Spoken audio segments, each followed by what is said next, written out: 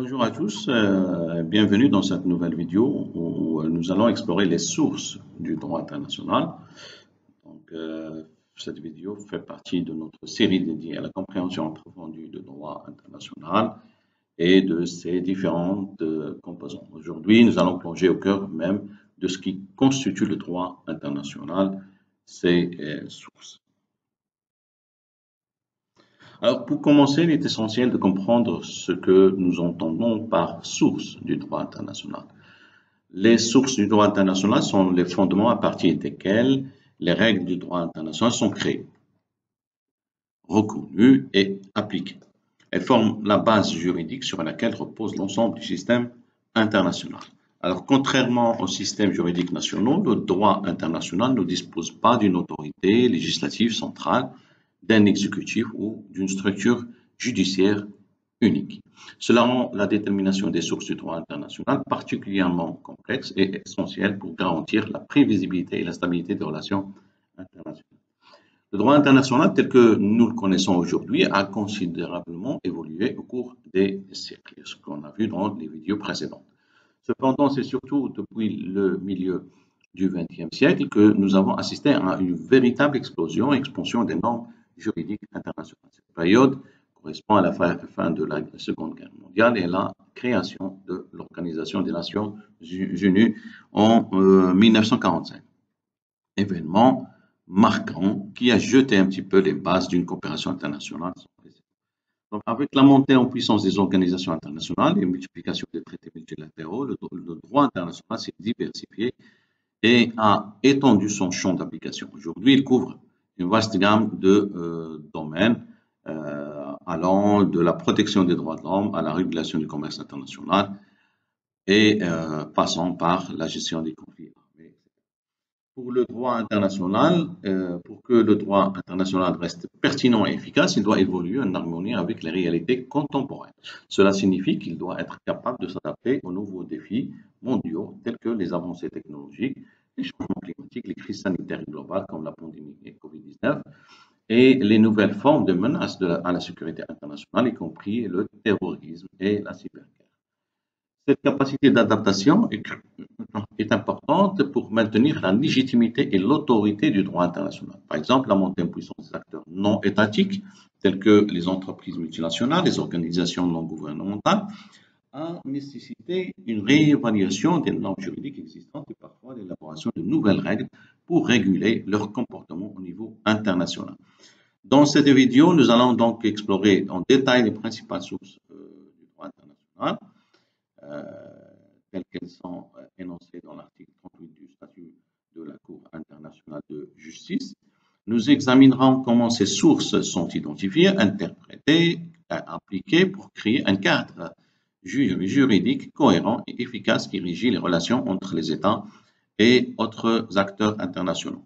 Alors, restez avec nous pour découvrir comment les conventions internationales, la coutume internationale, les principes généraux de droit, ainsi que les décisions judiciaires et les doctrines des publicistes forment l'épine dorsale du droit international moderne. Nous verrons également comment ces sources interagissent et évoluent pour répondre aux défis contemporains. Alors, pour bien saisir les spécificités du droit international, il est utile de commencer par une comparaison avec les systèmes nationaux. Nous aurons l'occasion d'aller un peu plus en détail sur cette thématique. Alors, prenons l'exemple du système juridique anglais. Dans ce système, la découverte du droit sur un point donné est généralement un processus bien défini. On commence par vérifier si la question est couverte par une loi du Parlement. Si c'est le cas, on consulte les rapports de jurisprudence pour voir comment les tribunaux ont interprété cette loi. Si le point particulier n'est pas spécifiquement mentionné dans une loi, les cas judiciaires sont examinés pour obtenir les informations nécessaires. En d'autres termes, il existe une méthode précise pour découvrir ce qu'est le droit. Cette méthode ne se limite pas seulement à vérifier le contenu des règles, mais elle montre aussi comment le droit est créé, c'est-à-dire par la législation parlementaire ou la jurisprudence. C'est un processus un petit peu qui confère une certaine certitude au système juridique car il permet de savoir quand une proposition est devenue une règle de droit et il offre le mécanisme nécessaire pour résoudre tout litige concernant le droit. Cela reflète le caractère hiérarchique d'un ordre juridique national avec ses degrés d'autorité, ce qui apporte une grande stabilité et prévisibilité au droit. Le contraste est frappant lorsqu'on considère la situation en droit international. Contrairement aux systèmes juridiques nationaux, le droit international ne dispose pas d'une législature exécutive ou structure judiciaire centralisée. Il n'existe aucun organe unique capable de créer des lois internationalement contraignantes pour tous, ni de système judiciaire avec une juridiction compétente et obligatoire pour interpréter et étendre la loi. Ce manque de structure centralisée crée un défi majeur, celui de découvrir où se trouve la loi et comment on peut savoir si une proposition particulière constitue une règle juridique. Cette complexité est accentuée par la nature anarchique des affaires mondiales et le conflit des souverainetés concurrentes. Cependant, malgré cette apparente anarchie, le droit international existe bel et bien et est identifiable. Il existe des sources à partir desquelles les règles peuvent être extraites et analysées. La détermination des sources du droit international est donc une tâche essentielle mais complexe. Alors, l'article 38 du statut de la Cour internationale de justice, les principales sources du droit international sont les conventions internationales, la coutume internationale, les principes généraux de droit reconnus par les nations civilisées et les décisions judiciaires ainsi que les enseignements des publicistes les plus qualifiés comme moyen auxiliaire pour déterminer les règles de droit. Cette formulation, bien qu'elle soit techniquement limitée aux sources que la CIG doit appliquer, est généralement acceptée comme reflétant la perception universelle des sources du droit international. Il est donc très important de comprendre non seulement ce que sont ces sources, mais aussi comment elles interagissent et évoluent pour former un cadre juridique cohérent et fonctionnel. Dans les systèmes nationaux, la hiérarchie des normes et des autorités est claire et bien définie. En revanche, en droit international, l'absence d'une telle hiérarchie rend la détermination des règles plus complexe. Les États, qui sont les principaux sujets du droit international, créent et appliquent les règles par le biais de pratiques répétées et acceptées comme étant du droit, par la conclusion de traités, des conventions et par l'application des principes généraux de droit. Les décisions judiciaires et les écrits des publicistes jouent aussi un rôle auxiliaire mais important pour éclairer et interpréter ces règles. La coutume internationale est l'une des principales sources du droit international et se compose de deux éléments, la pratique générale des États et l'acceptation de cette pratique comme étant du droit, opinio juris. La coutume reflète ainsi des comportements des États sur une longue période qui devient progressivement des obligations juridiques. Les conventions internationales ou traités sont des accords écrits entre États et qui créent des obligations juridiques. Elles peuvent être bilatérales ou multilatérales et couvrir un large éventail de sujets, de la protection des droits de l'homme à la régulation du commerce international. Les principes généraux de droit sont des normes fondamentales reconnues par les principales juridictions nationales et applicables au niveau international. Ces principes comblent un petit peu certaines lacunes du droit international et fournissent une base pour l'interprétation des règles existantes. Ils incluent des concepts tels que l'équité, la justice, la bonne foi, la prohibition des abus de droit. Alors aussi, les décisions judiciaires, bien qu'elles ne soient pas des sources primaires du droit international, jouent quand même un rôle en interprétant et en appliquant les règles existantes.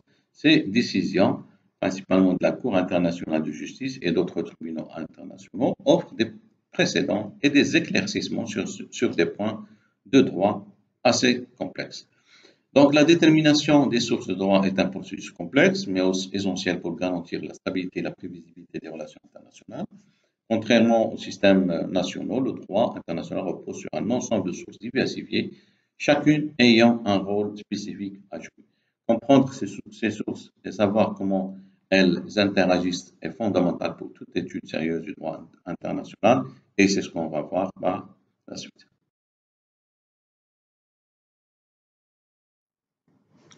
Et donc voilà l'article 38 du statut de la Cour internationale de justice, souvent considéré comme la référence la plus autoritative pour identifier les sources du droit international. La CIG, établie par la Charte des Nations en 1945, c'est l'organe judiciaire principal des Nations Unies. Son rôle est de régler, conformément au droit international, les différends qui lui sont soumis par les États. L'article 38, il précise les sources de droit que la Cour doit appliquer dans ses décisions. Et il énumère ce qu'on vient de voir, à savoir la Convention internationale, qu'elle soit générale ou particulière, qui établissent un petit peu les règles expressément reconnues par les États en litige.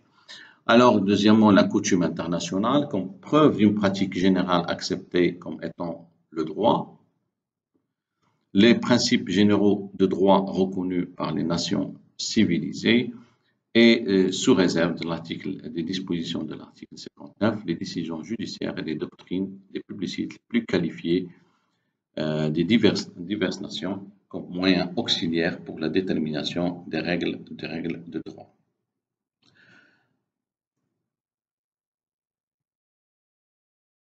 Alors, les conventions internationales, également appelés traités, sont des accords formels entre États ou autres sujets du droit international.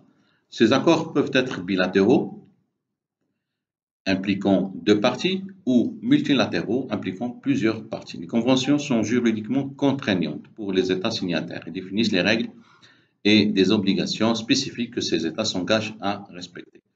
Les conventions internationales jouent un rôle très important dans le maintien de l'ordre et de la stabilité dans les relations internationales. Elles permettent aux États de s'engager explicitement sur des questions variées, allant des droits de l'homme à la protection de l'environnement, la sécurité, etc.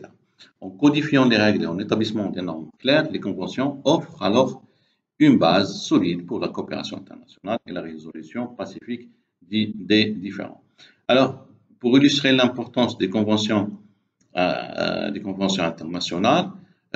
Quelques exemples, on peut donner quelques exemples de conventions très importantes. C'est la Charte des Nations Unies déjà, 1945. Cette charte, c'est l'un des traités fondateurs les plus importants du XXe siècle. Elle a établi les Nations Unies et a défini les principes de base des relations internationales modernes, y compris le respect de la souveraineté, la non-intervention et la promotion de la paix et de la sécurité internationale. Vous avez aussi les conventions de Genève, 1949. Les conventions de Genève et leurs protocoles additionnels sont des piliers du droit international humanitaire. Elles établissent des règles pour la protection des personnes qui ne participent pas aux hostilités, notamment les civils, les prisonniers de guerre et les blessés. Ces conventions sont essentielles pour limiter les souffrances en temps de guerre et garantir un traitement humain des personnes affectées par les conflits armés. Vous avez aussi la Convention de Vienne sur les relations diplomatiques, 1961. C'est une convention qui régit un petit peu les relations diplomatiques entre États, définissant les privilèges et immunités des missions diplomatiques pour assurer l'accomplissement efficace de leurs fonctions. Elle est fondamentale pour le fonctionnement des relations diplomatiques modernes et la protection des diplomates. Vous avez aussi la Convention des Nations Unies sur le droit de la mer, 1982.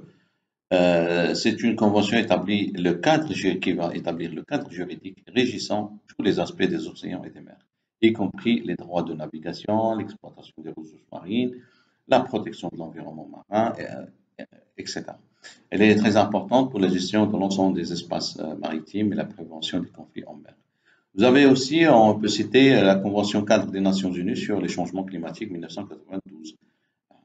C'est la base des efforts internationaux pour lutter contre le changement climatique.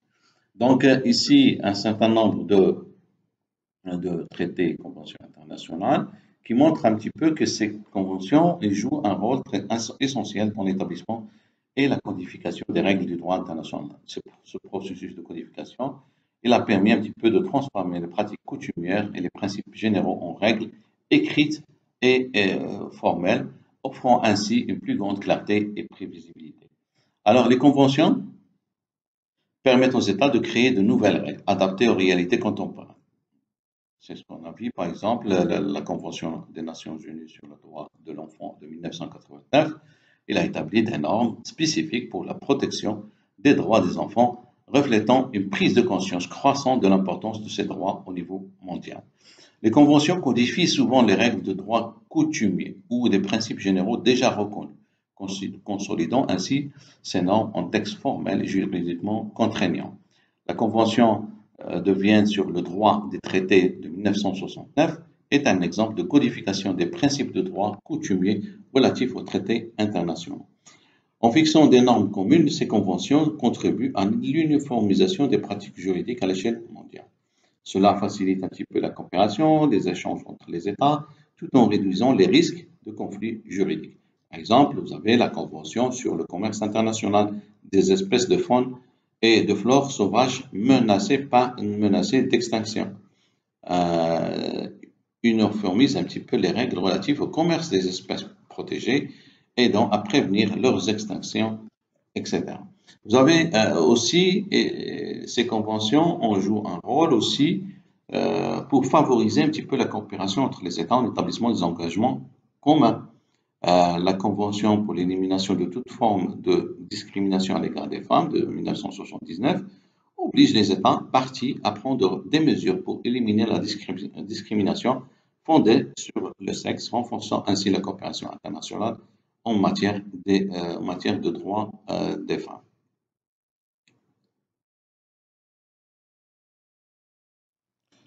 Alors, la coutume internationale, elle, c'est une pratique générale acceptée comme étant le droit. Elle repose sur deux éléments constitutifs essentiels, la pratique étatique, ce que les États font, et l'opinion juriste, la conviction que cette pratique est juridiquement obligatoire.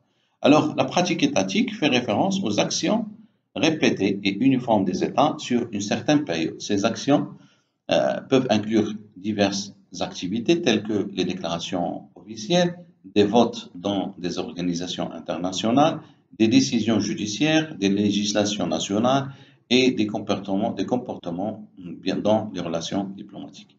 Alors, pour qu'une pratique soit reconnue comme une coutume, elle doit être suffisamment dense et cohérente, montrant une régularité et une constance dans le temps. Par exemple, la pratique des États concernant l'immunité diplomatique est un exemple de coutume bien établie où les actions répétées et uniformes des États ont conduit à la formation d'une règle coutumière reconnue. Alors, l'opinion juriste ou la conviction juridique, c'est un élément subjectif de la coutume. Elle signifie que les États adoptent une certaine pratique non seulement parce qu'ils la considèrent utile ou appropriée, mais parce qu'ils estiment être juridiquement obligés de le faire. En d'autres termes, l'opinion juriste est la reconnaissance par les États que leur comportement est dicté par une obligation légale et non par une simple habitude ou par courtoisie. Un exemple illustratif de l'opinion juriste est la règle de la non-intervention dans les affaires intérieures des États. Les États respectent généralement cette règle, non seulement pour maintenir des relations amicales, mais parce qu'ils reconnaissent qu'il existe une obligation légale de ne pas intervenir dans les affaires souveraines d'autres États. La coutume internationale joue aussi un rôle très important dans le système juridique international pour plusieurs raisons. La coutume est un mécanisme dynamique qui peut évoluer avec le temps pour s'adapter aux nouvelles réalités, aux changements dans les relations internationales. Alors, contrairement aux traités qui nécessitent une négociation formelle, une ratification, la coutume peut émerger plus spontanément à partir des pratiques convergentes des États. Par exemple, le développement de la notion de responsabilité de protéger est un cas où la coutume a évolué pour répondre à la nécessité de protéger les populations contre les génocides, les crimes de guerre et les crimes contre l'humanité. Alors aussi, la coutume internationale s'applique à tous les États, qu'ils aient ou non explicitement consenti à une règle particulière par le biais d'un traité. Cela confère à la coutume un caractère universel, ce qui est essentiel pour établir des normes communes de comportement et promouvoir un petit peu la cohérence dans le droit international. La coutume comble les lacunes laissées par les traités et offre ainsi des règles dans des domaines où les traités peuvent être absents ou insuffisants. Elle sert de complément aux conventions internationales en établissant des principes de base qui peuvent ensuite être codifiés dans des traités. Nous avons de nombreuses règles de la mer, y compris le droit de passage inoffensif et la juridiction sur les eaux territoriales, ont d'abord émergé en tant que coutumes avant d'être codifiées dans la Convention des Nations Unies sur le droit de la mer. Alors, malgré son importance, la coutume internationale pose un certain nombre de défis en termes de détermination et de formation de nouvelles règles. La coutume, par sa nature non écrite, peut parfois être ambiguë et sujette à des interprétations variées. Il peut être difficile de déterminer quand une pratique est suffisamment uniforme et constante pour être qualifiée de coutume, et les opinions peuvent diverger quant à l'existence ou non de l'opinion juriste. La démonstration de la pratique étatique et de l'opinion juriste nécessite une analyse approfondie et minutieuse des comportements des États et leurs déclarations officielles. Cette tâche peut être complexe et controversée, en particulier lorsque les États ont des comportements divergents ou incohérents. Alors aussi, la vitesse à laquelle une nouvelle règle coutumière peut se former est un autre défi. Certaines règles peuvent émerger rapidement en réponse à des changements soudains dans les relations internationales, tandis que d'autres peuvent nécessiter des décennies de pratiques constantes pour être reconnues comme coutumières. Par exemple, la coutume relative à l'usage pacifique de l'espace atmosphérique, extra-atmosphérique, s'est formée rapidement après le lancement des premiers satellites. La formation de nouvelles règles coutumières peut aussi être entravée par des conflits et des oppositions entre États. Lorsqu'un État puissant s'oppose à une pratique émergente, il peut ralentir ou empêcher la formation d'une nouvelle coutume, même si de nombreux autres États soutiennent cette pratique.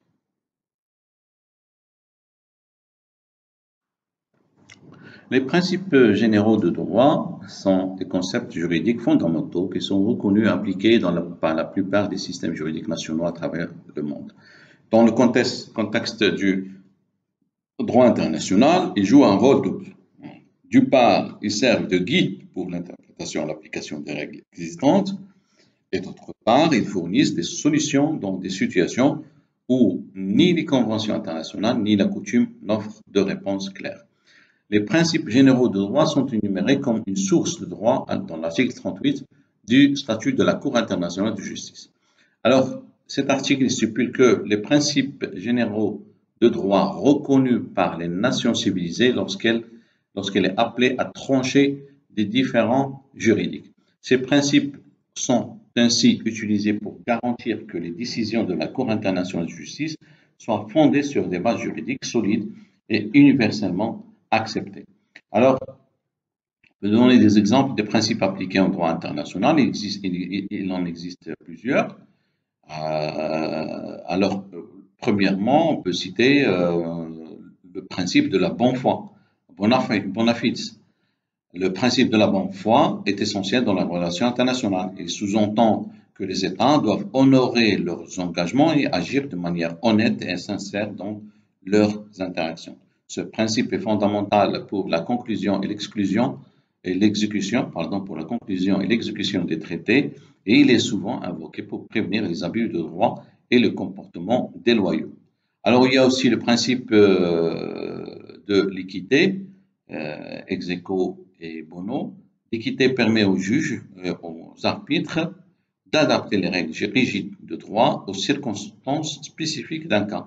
Ce principe est souvent utilisé dans les décisions sur la délimitation maritime et les différends frontaliers où il est nécessaire de trouver une solution équitable pour toutes les parties impliquées. Le principe de la justice naturelle, c'est un principe qui englobe des concepts tels que le droit à un procès équitable, le droit à être entendu, le droit à un tribunal impartial, etc. Il garantit que les procédures judiciaires soient menées de manière juste et impartiale, respectant les droits fondamentaux des individus et des États.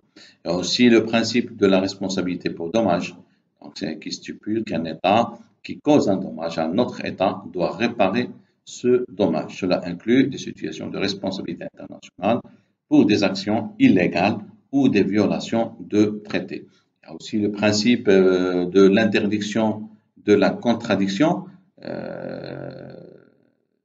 Empêche un petit peu un État de changer sa position après avoir fait une déclaration ou pris une action sur laquelle d'autres États se sont raisonnablement fondés.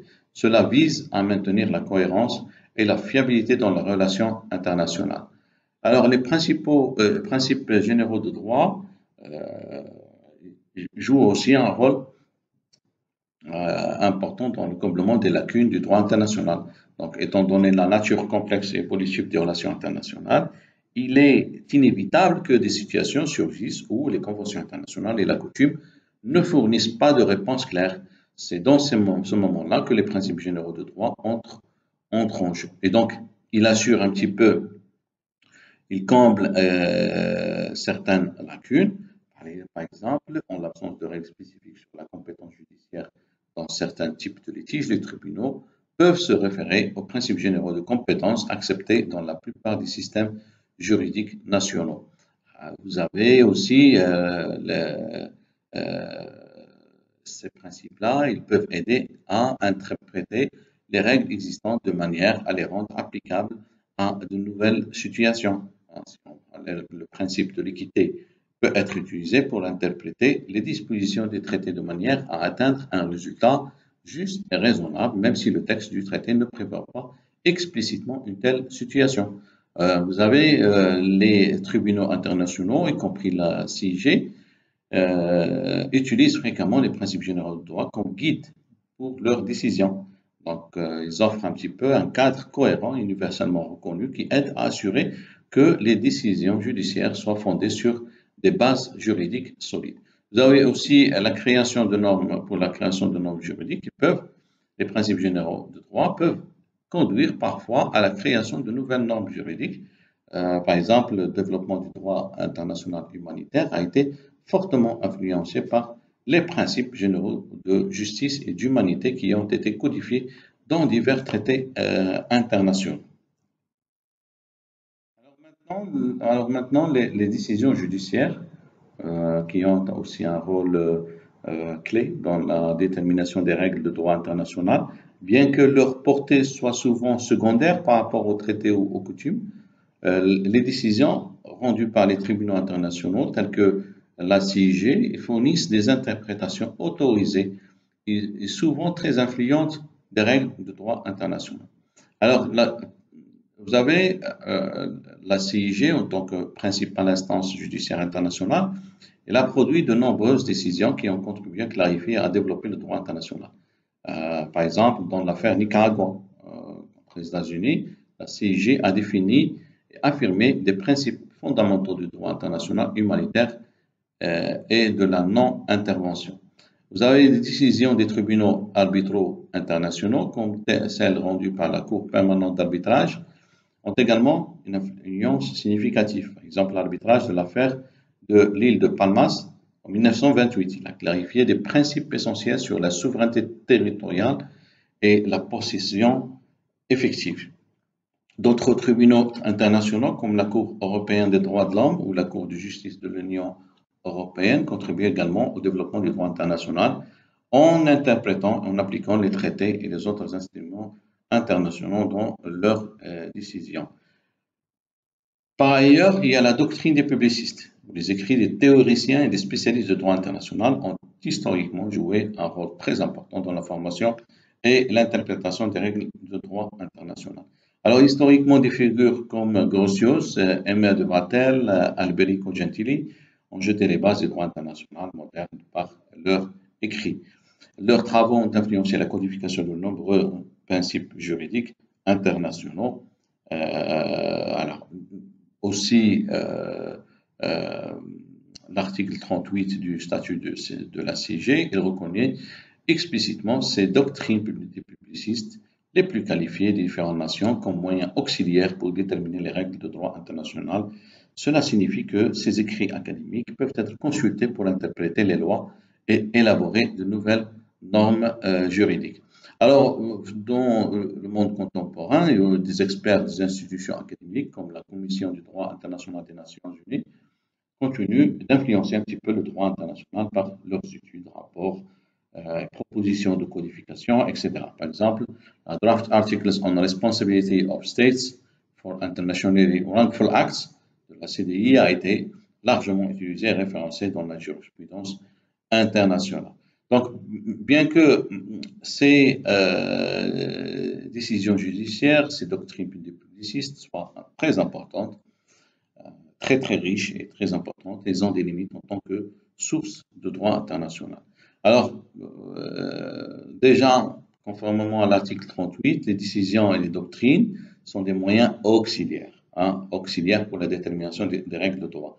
Elles ne créent pas de droit par elles-mêmes, mais plutôt interprètent et clarifient les règles existantes.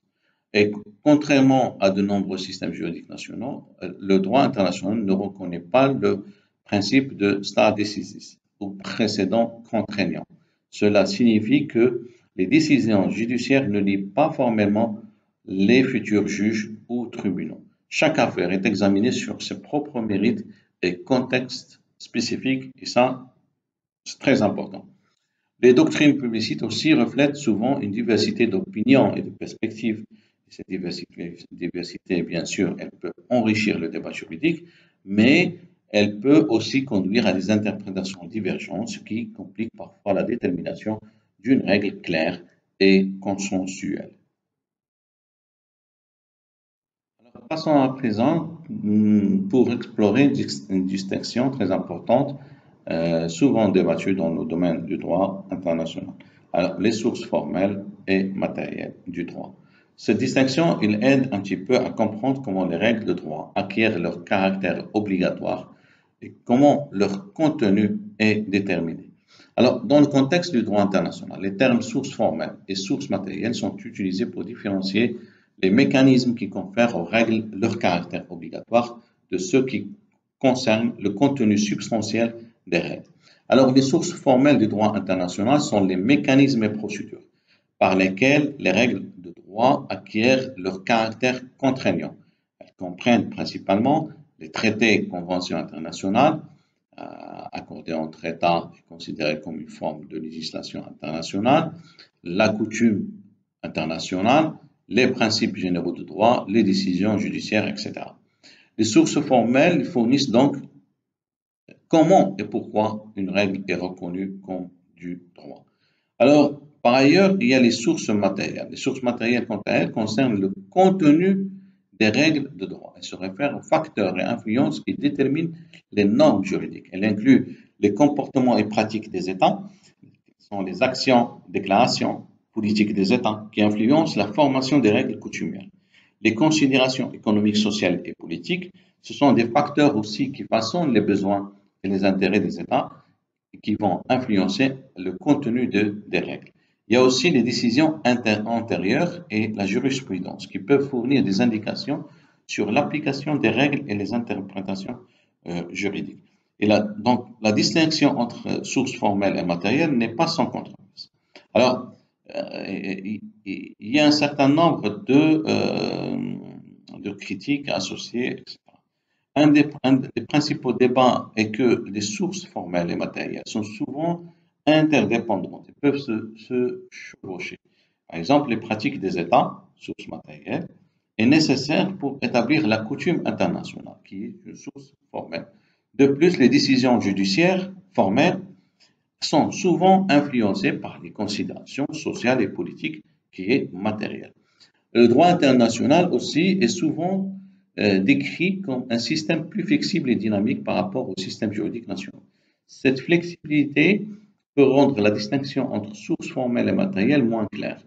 Par exemple, les résolutions de l'Assemblée générale des Nations unies, bien que non contraignantes et donc matérielles, peuvent influencer fortement la formation des coutumes internationales formelles, qui sont formelles.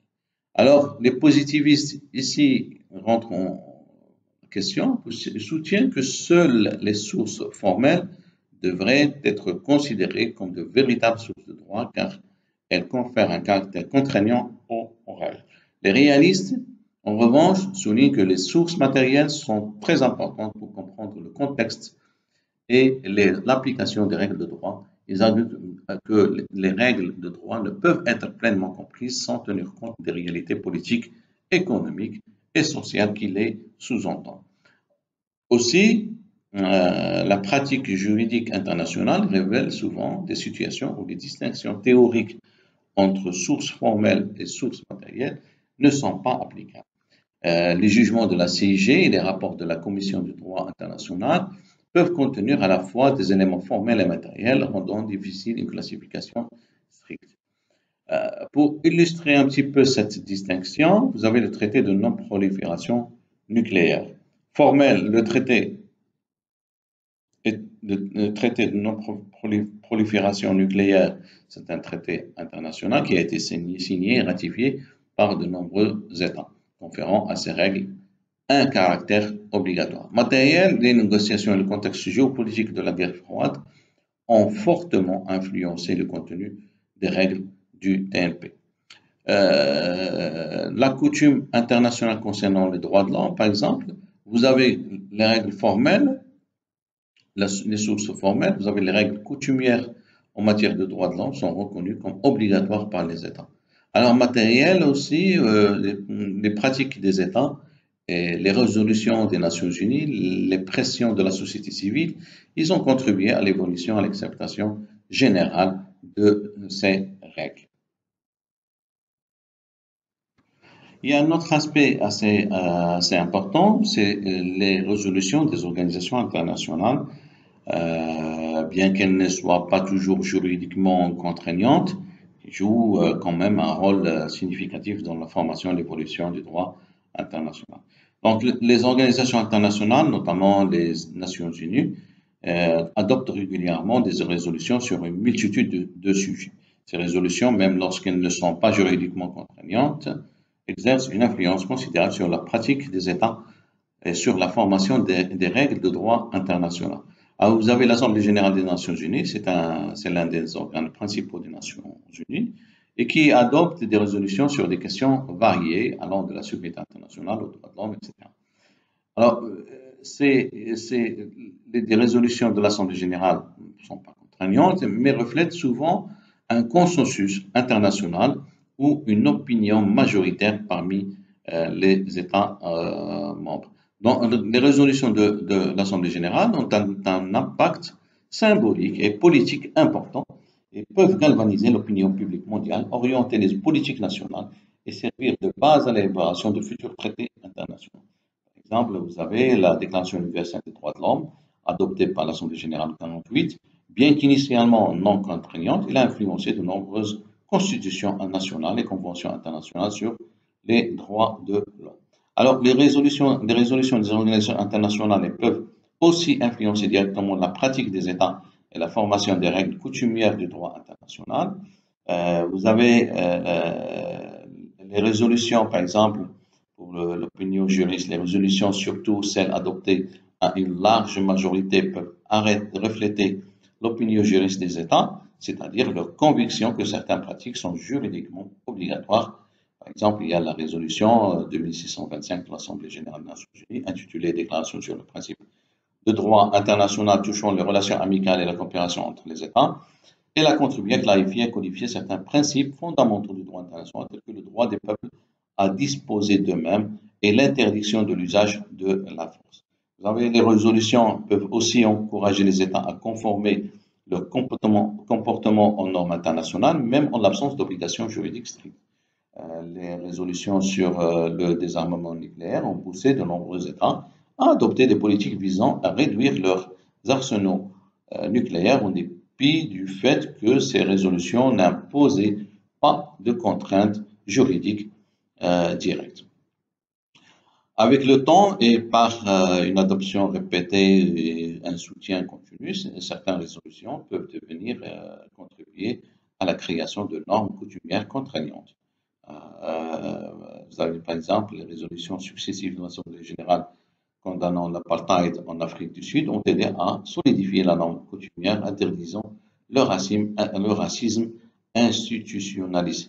Alors, pour illustrer un petit peu l'impact des résolutions des organisations internationales, on peut citer un certain nombre d'exemples.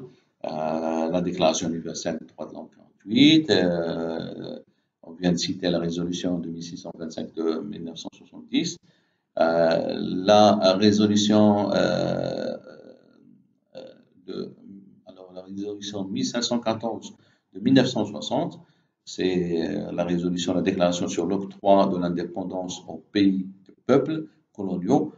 Il a marqué un tournant quand même décisif dans la décolonisation mondiale. C'est une résolution qui a affirmé le droit à l'autodétermination et a conduit à l'indépendance de nombreuses colonies. Alors aussi, vous avez la résolution 2231 du Conseil de sécurité des Nations Unies, cette résolution. Elle a entériné l'accord sur le nucléaire iranien, démontrant comment une résolution du Conseil de sécurité peut conférer une légitimité internationale à un accord multilatéral et superviser sa mise en œuvre. Alors, passons maintenant à un sujet souvent moins discuté, mais tout aussi important, c'est les actes unilatéraux des États. C'est quoi déjà les actes unilatéraux des États? Les actes unilatéraux sont des déclarations ou des actions entreprises par un seul État sans nécessiter l'accord ou la participation d'autres États. Ces actes peuvent engendrer des obligations internationales lorsque certaines conditions sont remplies. Bon, vous avez une déclaration unilatérale, par exemple, une déclaration unilatérale est une proclamation officielle faite par un État, souvent par l'intermédiaire de ses plus hauts représentants, qui peut engager cet État sur la scène internationale. Un exemple célèbre est la déclaration faite par la France en 1974 lors de la conférence de Genève renonçant à effectuer des essais nucléaires atmosphériques. La reconnaissance, l'acte de reconnaissance, comme la reconnaissance d'un nouvel État ou d'un gouvernement, c'est un autre exemple. Par exemple, la reconnaissance de la République populaire de Chine par les États-Unis en 1979 a eu des implications internationales assez significatives. Aussi, il y a la renonciation. Un État peut renoncer à certains droits ou prétentions par un acte unilatéral. Vous avez la renonciation par le Canada en 1997 à sa revendication territoriale sur une partie de l'Arctique. Protestation, c'est un acte de protestation qui peut, par exemple, être également un acte unilatéral significatif lorsque la Fédération de Russie a protesté contre l'indépendance du Kosovo en 2008. Cela représentait une position officielle ayant des implications juridiques. Et donc, les actes unilatéraux ne créent des obligations internationales que lorsque certaines conditions spécifiques sont remplies. Deux de ces conditions sont particulièrement importantes, l'intention et la publicité. Alors, pour qu'un acte unilatéral crée des obligations internationales, l'État doit avoir l'intention claire et précise de s'engager juridiquement. Cette intention doit être exprimée de manière non équivoque. Par exemple, lors de la célèbre affaire du temple de Preah Vihear entre la Thaïlande et le Cambodge, la Cour internationale de justice a jugé que la Thaïlande était liée par une déclaration unilatérale faite par son Premier ministre. Il y a aussi la publicité. La publicité de l'acte unilatéral est également très importante. Pour qu'un acte unilatéral soit opposable aux autres pays, il doit être porté à leur connaissance. La notoriété de l'acte renforce ainsi son caractère obligatoire. Par exemple, vous avez les déclarations faites lors des conférences internationales qui sont largement diffusées et reconnues par la communauté internationale, remplissent cette condition de publicité. Alors, vous avez plusieurs exemples, on en a cité déjà deux. Vous avez le cas de la France qui sur les affaires, sur les essais nucléaires, qui avait déclaré qu'elle arrêterait les essais nucléaires atmosphériques dans le Pacifique Sud. Alors aussi, vous avez le Preah Vihear, on vient de citer Cambodge contre le Thaïlande, et vous avez le Royaume-Uni contre le Norvège, où la CIG a tenu compte des déclarations unilatérales de la Norvège concernant ses revendications territoriales dans les eaux côtières. Alors, les actes unilatéraux des États, ils ont bien sûr, bien entendu, une place un petit peu importante, si vous voulez, contrairement aux traités et aux conventions qui nécessitent des négociations, ratifications, etc. Les actes unilatéraux permettent aux États d'agir rapidement et de manière flexible. Cela est particulièrement utile dans des situations d'urgence ou lorsqu'un État souhaite prendre une position claire sur une question internationale. Les actes unilatéraux, lorsqu'ils sont bien formulés, peuvent apporter une clarté, une précision juridiquement contraignante, renforçant ainsi la prévisibilité et la stabilité des relations internationales.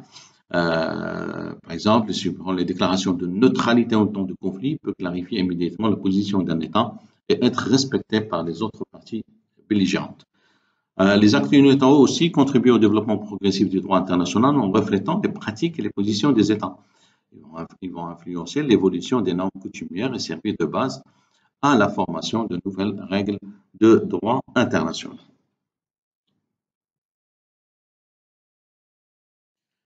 Maintenant, après ce construit, nous allons aborder un sujet fondamental mais complexe. C'est la hiérarchie des sources du droit international et les normes de jus cogens. Ce concept est essentiel pour comprendre un petit peu comment les différentes règles et principes s'articulent et interagissent au sein du système juridique international.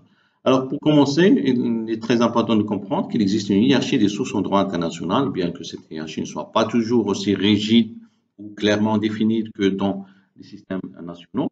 Les sources du droit international sont principalement énumérées à l'article 38 et comprennent les conventions, la coutume, les principes généraux du droit, ainsi que les décisions judiciaires et doctrines publicites comme moyen auxiliaire. Alors, ici, nous avons déjà des conventions internationales qui occupent une place privilégiée dans la hiérarchie en raison de leur nature consensuelle et explicite. La coutume acceptée par la coutume ou l'ensemble des pratiques générales acceptées, elle est fondée sur deux éléments principaux, la pratique étatique et l'opinion juriste, comme on l'a souligné bien avant. Et vous avez en troisième lieu les principes généraux du droit et le quatrième lieu, vous avez les décisions judiciaires et doctrines des publicités. Alors, parmi ces sources, il existe une catégorie de normes qui se situe au sommet de la hiérarchie, les normes de jus cogens. Le terme jus cogens se réfère à des principes impératifs de droit international acceptés et reconnus par la communauté internationale des États dans son ensemble comme des normes auxquelles aucune dérogation n'est permise. Alors, ces normes sont considérées comme fondamentales pour l'ordre public international. Les normes de jus cogens sont supérieures à toutes les autres normes de droit international. Elles sont inaliénables et immuables, ce qui signifie qu'aucun traité ou accord international ne peut les contredire ou les modifier à moins qu'une nouvelle norme de jus cogens ne soit créée. Alors, ces normes sont essentielles pour protéger les valeurs fondamentales de la communauté internationale, telles que la dignité humaine, la paix et la sécurité. Alors, vous avez quelques exemples de normes de jus cogens qui incluent, par exemple, l'interdiction de la torture. Aucun État ne peut légalement justifier la torture sous quelque prétexte que ce soit. L'interdiction de génocide. Le génocide est universellement proscrit et les États ont l'obligation de prévenir et de punir ce genre de crime. L'interdiction de l'esclavage. L'esclavage et le commerce des esclaves sont strictement interdits. Vous avez aussi le principe de non-agression. Les États doivent s'abstenir de recourir à la force contre l'intégrité territoriale ou l'indépendance politique d'un autre État. Alors, les normes de jus cogens ont des implications juridiques très importantes. Nullité des traités contraires. Tout traité qui contrevient à une norme de jus cogens est considéré comme nul et non avenu. Par exemple, un traité permettant la torture serait automatiquement invalidé. La responsabilité des États. Les États peuvent être tenus responsables de violation des normes de jus cogens. Cela inclut des mécanismes de réparation et dans certains cas des sanctions internationales. Vous avez erga omnes, les obligations découlant des normes de jus cogens sont erga omnes. ce qui signifie qu'elles sont opposables à tous les États. Tous les États ont le droit et le devoir de faire respecter ces normes.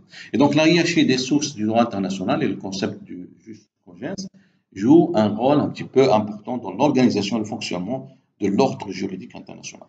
Alors, les normes, particulièrement les normes de jus cogens en particulier, il assure la protection des valeurs fondamentales et impose des limites strictes aux actions des États.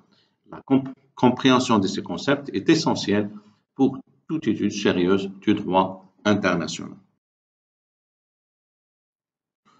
Voilà, nous allons conclure notre discussion sur les principales sources du droit international. Tout au long de cette vidéo, nous avons examiné en détail les différentes sources du droit international, telles qu'énumérées à l'article 38 du statut de la Cour internationale de justice. Nous avons parlé des conventions internationales, de la coutume internationale, des principes généraux de droit, des décisions judiciaires et doctrines des publicistes. Mais aussi, on a discuté des résolutions des organisations internationales, les actes unilatéraux des États, le jus cogens, etc. Donc, la compréhension des sources du droit international, elle est très importante pour plusieurs raisons. Tout d'abord, elle permet une application correcte et efficace des normes juridiques dans les relations internationales. Connaître l'origine et la nature des règles facilite un petit peu leur interprétation et leur mise en œuvre. Et cela contribue également à la prévisibilité, à la stabilité des interactions entre États, réduisant ainsi les risques de conflits et d'incompréhension. En outre, une bonne maîtrise des sources du droit international. Elle est très importante pour le développement continu du cadre juridique international. Donc, à mesure que le monde évolue et de nouveaux défis émergent, comme les questions environnementales, la cybersécurité, les droits de l'homme, etc., le droit international doit s'adapter et se développer. Et donc, la reconnaissance et l'utilisation appropriée des sources existantes permettent de répondre efficacement à ces nouveaux enjeux. Donc, une compréhension approfondie des sources internationales est indispensable pour l'ensemble des praticiens et chercheurs et fournit un petit peu les outils nécessaires pour analyser, interpréter et appliquer les règles internationales de manière cohérente et informée. Alors, je vous remercie, je tiens à vous remercier pour votre attention, votre engagement tout au long de cette vidéo. Vos commentaires, vos questions peuvent enrichir nos discussions et peuvent nous permettre d'approfondir notre exploration du droit international. Donc, si vous avez apprécié cette vidéo, n'hésitez pas à vous abonner à notre chaîne pour ne manquer aucune de nos prochaines vidéos. Merci.